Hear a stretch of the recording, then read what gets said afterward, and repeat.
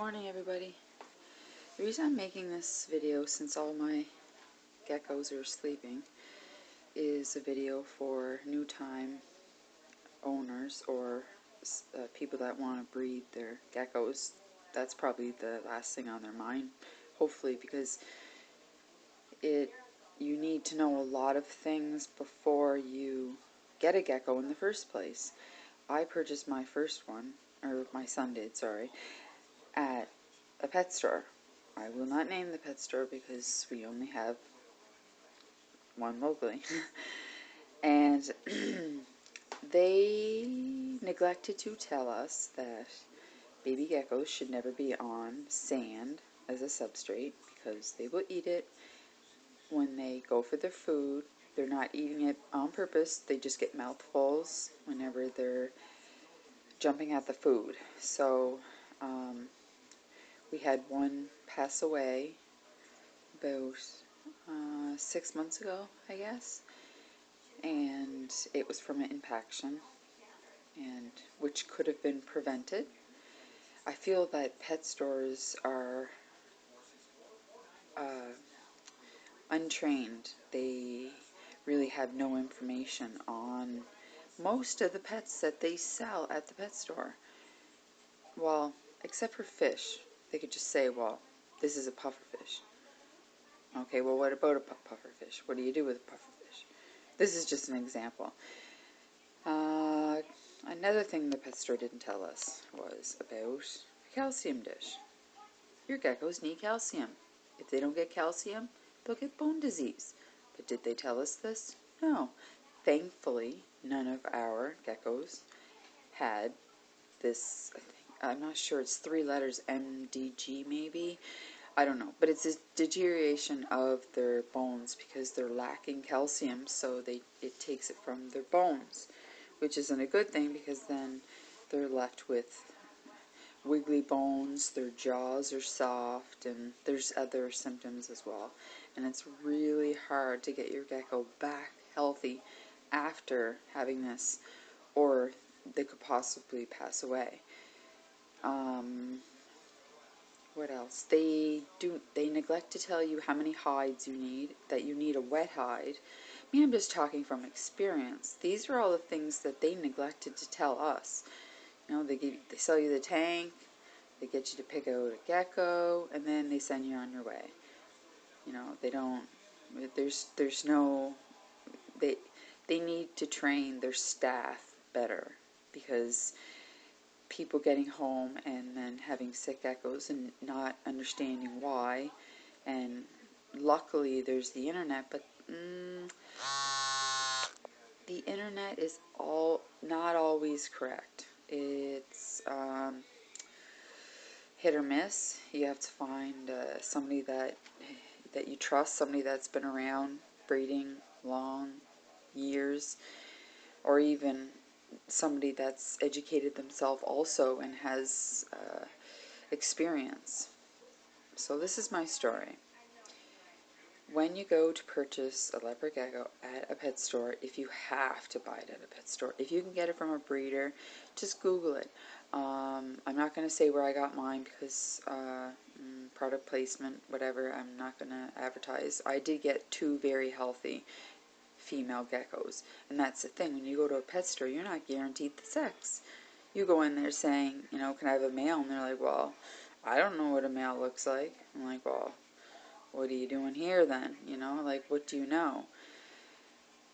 I know they eat crickets and mealworms, and then you just have to shake your head, you know.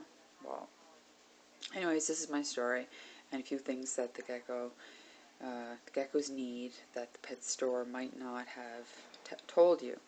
Also, it's very important to pick up any poo right away that you see in your tank, in case one of your geckos have a parasite, which one of mine did, and little did I know that it could,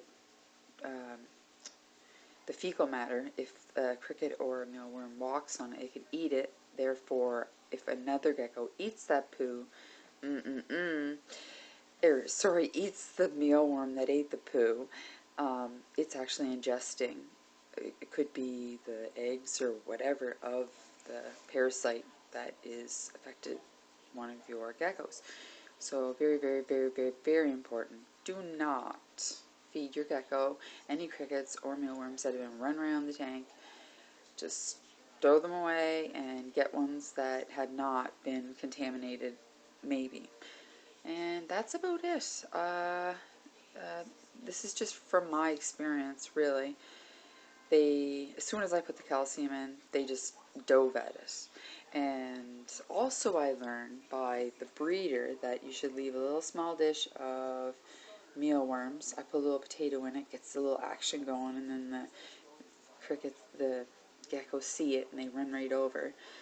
And some of my geckos still won't eat out of the dish because they're not used to it, so I have to actually individually drop crickets into the tank. My geckos are extremely spoiled. Anyways, that's my story.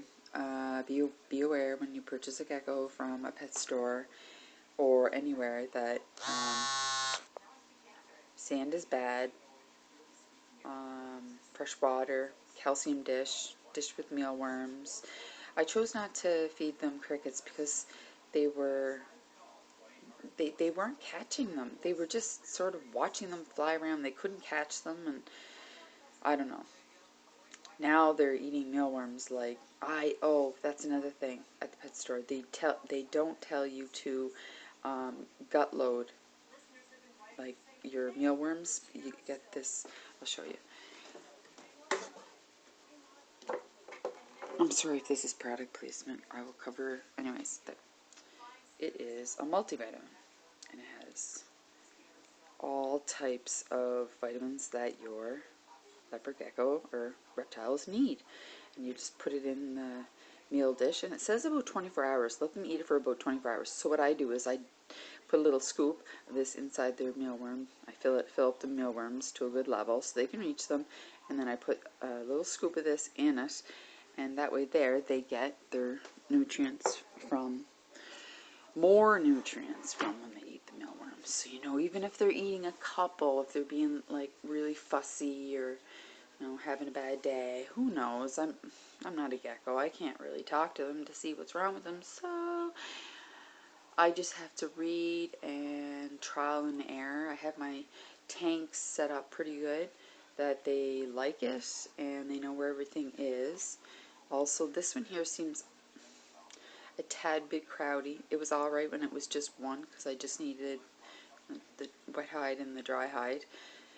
But I added the female to see if I could breed the two, and now I added another little one for her in case she just wants to escape, but they seem to really like each other. So anyways, that's my story.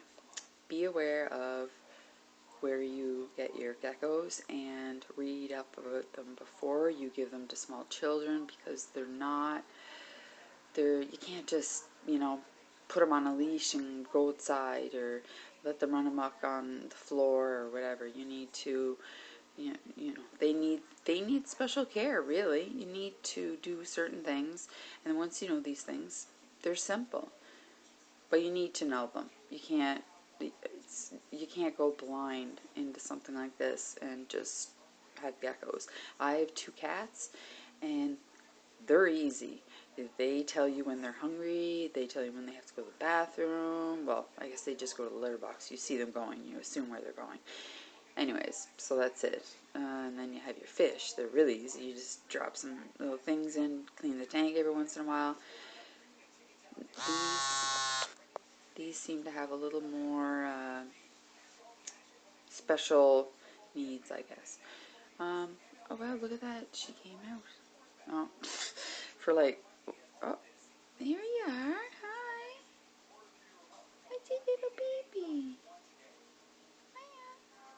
She ate like 20 mealworms today. Oh my god, she's just going to be podding again. Okay, everybody. It was, I hope this helps some people. If you have any questions, I'll try to answer them. But like I said, I've only had my geckos for about a year, and I only really started breeding them by accident. And now I'm actually trying to breed some. So we'll wait and see. You all have a great day. Bye.